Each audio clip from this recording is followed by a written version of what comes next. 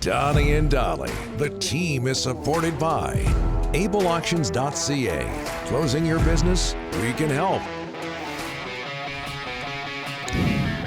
Waddling Dog poll question. As the NHL free agent signing period begins, Canucks with 6 moves. Visit one of Victoria's favorite pubs where you can enjoy 20 taps, 20 screens. You're home for the Canucks and UFC. Come sit and stay at the Dog today. One of those 6 moves, the Canucks signing former Boston Bruin Jake DeBrusk.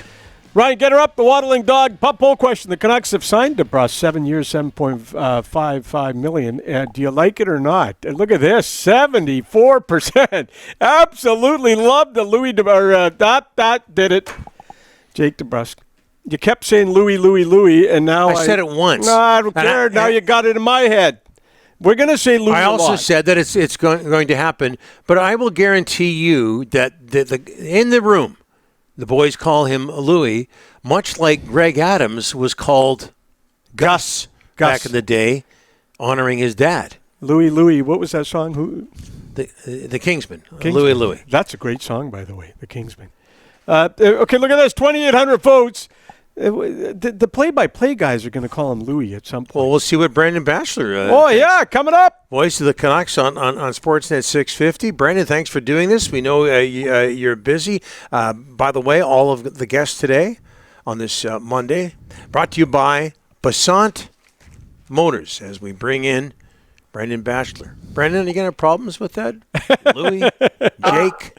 I think I'm good. I remember Louis as a player, but I wasn't. I'm not as advanced as you guys are. Let's put it that way. So it might not get stuck in the brain.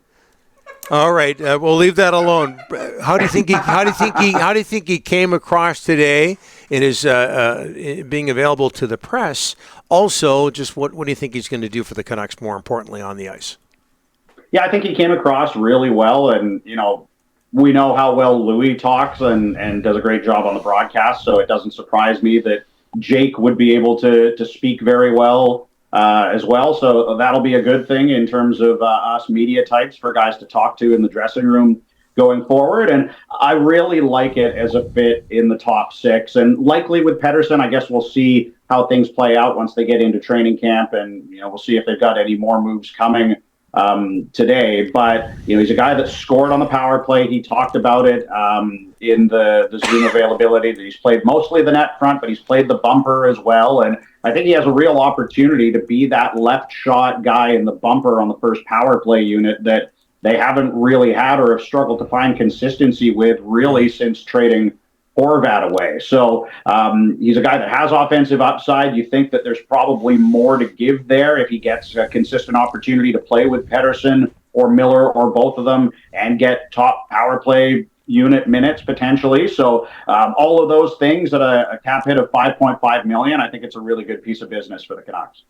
So many things happening today. I believe I was looking on Twitter a little bit earlier, and I noticed that you had tweeted something out to the effect that you're a fan of the Canucks' decision to sign Kiefer Sherwood.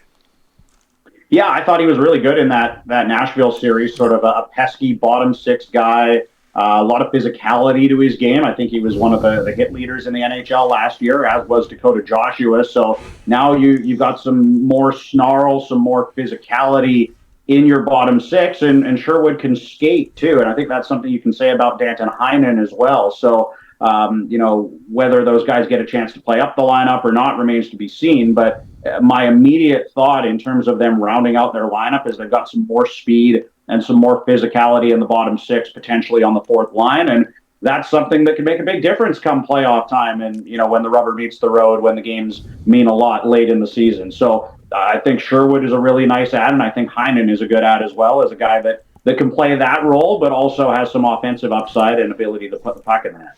Overall, though, Brendan, looking at all the moves today, looking at all the guys the Canucks lost, guys going out, guys coming in, what are your overall thoughts on the makeup of the team today than it was yesterday?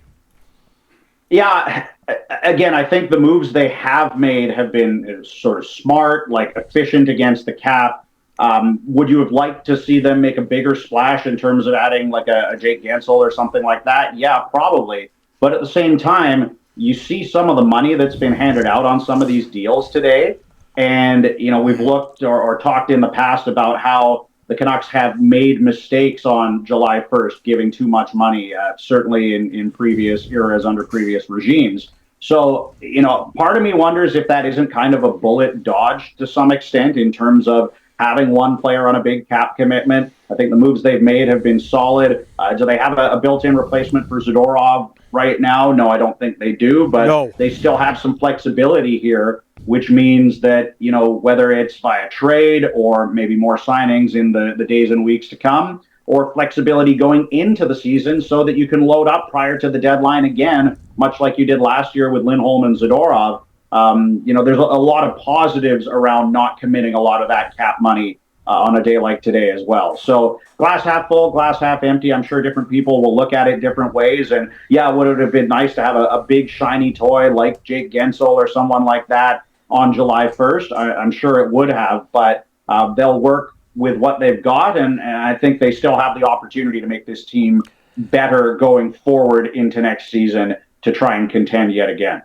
What I like, and you would have seen this because you were in Edmonton, is they didn't lose a lot of the size. I know they lost Zadorov, but they got a lot of size back and they got a lot of grip back. And I'm talking about Joshua, I'm talking about Myers, I'm talking about Forbert and Sherwood. So that, they're still, to me, look like, Brendan, they're going to be hard to play against. Yeah, that's the key thing, and that's what I thought, especially when I saw the Sherwood signing. But You're right, Forbert is a big, tough, physical defenseman.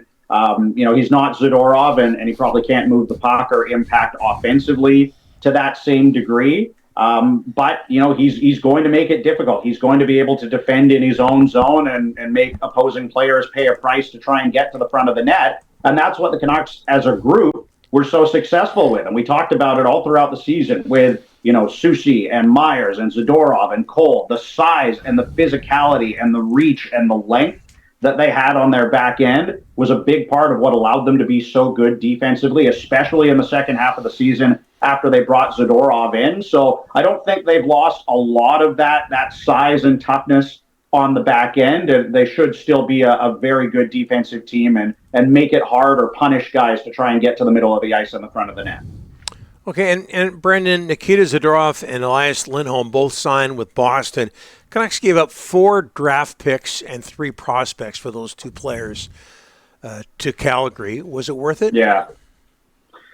I think it was, just because of the playoff experience you got. And when you're in a window like this where you feel like you're a contender, you have to push your chips in. You have to give yourself an opportunity. And, we're talking a potential, Thatcher Demko not being hurt or Brock Besser not missing Game 7. Like, you were 1 goal away from pushing that Game 7 to overtime, and potentially you're talking about making the conference finals. So I don't have a problem when it's the right time to do it, to push your chips in and to move on future assets, to give yourself an opportunity to contend for a Stanley Cup. It's not going to work every single season, and there are going to be years where you look back on it and say, well, we only had those guys for 20, 30 games or whatever it was, and we gave up all those assets. But I think the experience some of your young players got in the playoffs, coupled with the fact that you were legitimately, a game away, a goal or 2 away for being one of the final 4 teams in the NHL, I'm fine to follow an organization or be a fan of an organization that's willing to take those sorts of big swings, even if they don't work out every time.